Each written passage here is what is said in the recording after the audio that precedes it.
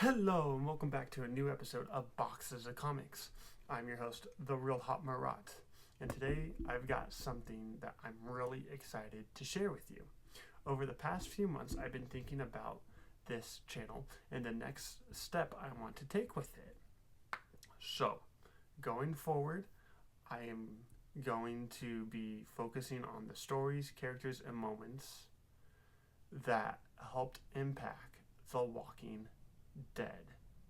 Now, that means a lot more deep dives, discussions, rankings, theories, and retrospectives.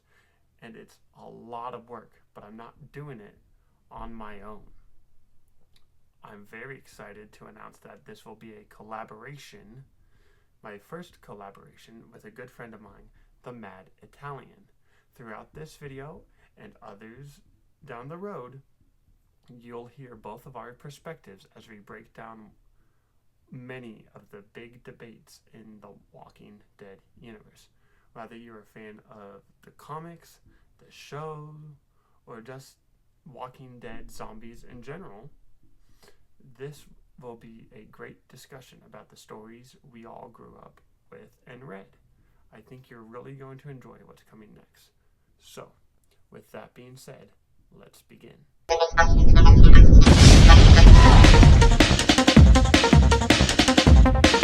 Alright, welcome back to Boxes of Comics. Like I said, we are covering The Walking Dead, and we are collaborating with my friend, the Mad Italian.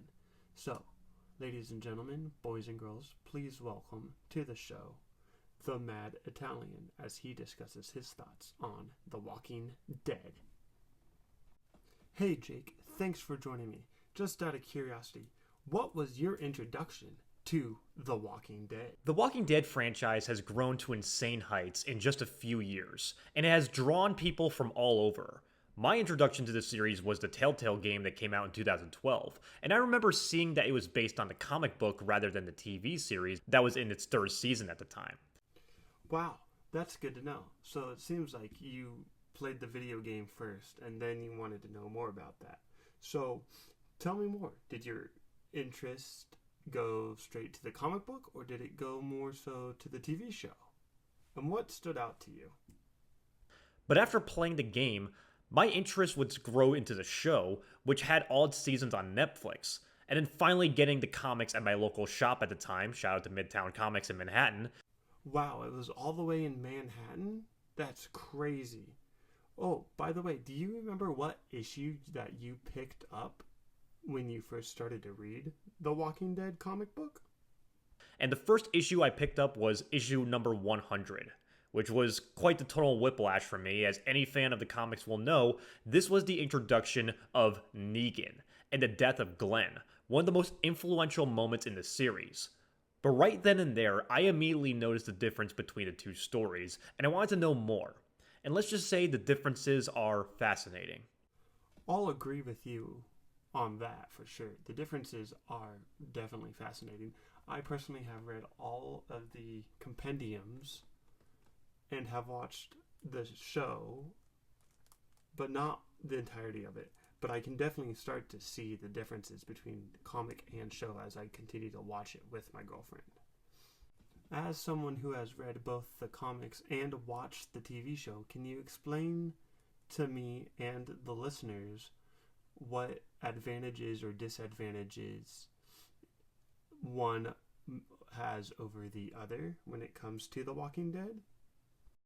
When looking at the graphic novel and the show, it's important to address the major fundamental advantage that you have with making a comic. Fewer restrictions. You have almost free reign to showcase as much violence, sex, and swearing as you want. So all the characters have very colorful language, dropping F-bombs like crazy, and the violence on display is brutal and gritty to the point where it can get pretty disturbing. Now, the violence on the show is no slouch, and the special effects and makeup design was a cut above. It was a big deal at the time that a televised show got away with showing this much gore in the first place. It was something AMC was known for, as seen in other products like Breaking Bad and Mad Men. But there are a ton of story elements from the comics that did not make their way to the show because of the restrictions of the showrunners, which I don't think is entirely a bad thing in the long run. I think that's definitely a fair point, and one that I didn't really think about, because to me, I didn't understand why they couldn't just adapt it straight from the comic book and make it exactly as it is. But now that you bring it up, it does make sense. Do you mind going into detail about that? On one hand, uncensored storytelling can be a great way to showcase plot points and details that don't get explored in popular media. Sometimes the writer can go into too much detail and show things that don't make sense or become off-putting for readers. For example, in the show, Andrea and Dale have a platonic student-mentor relationship.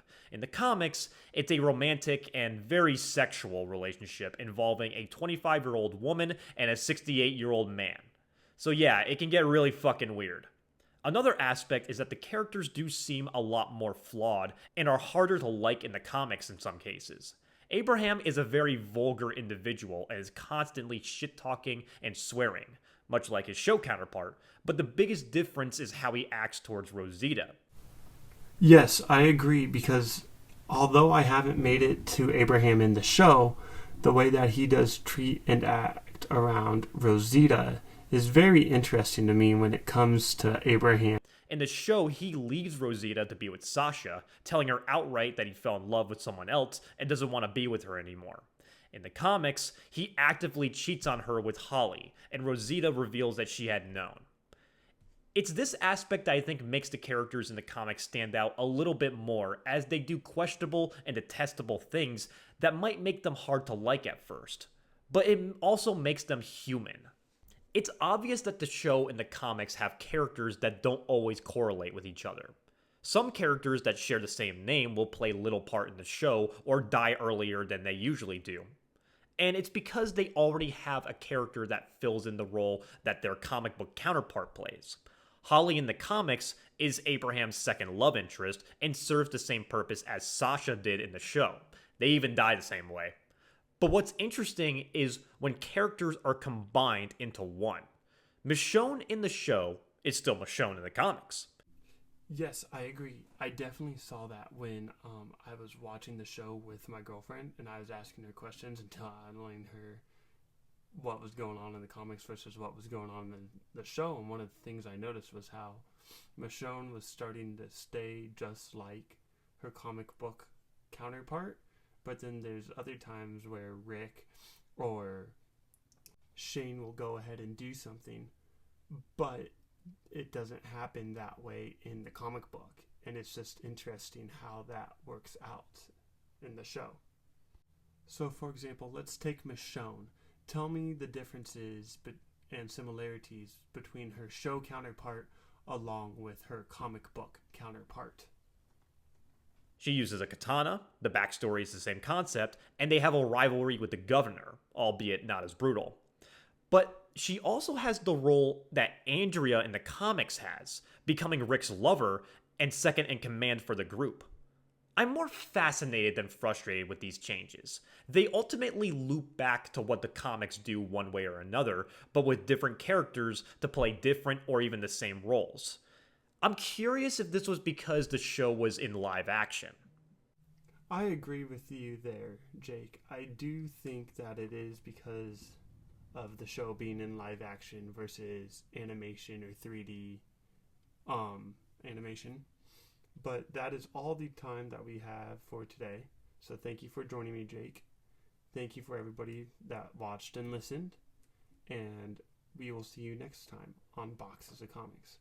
I am the Real Hot Marat. Jake is the Mad Italian. Make sure that you like, subscribe, and follow for more Walking Dead. See you guys next time.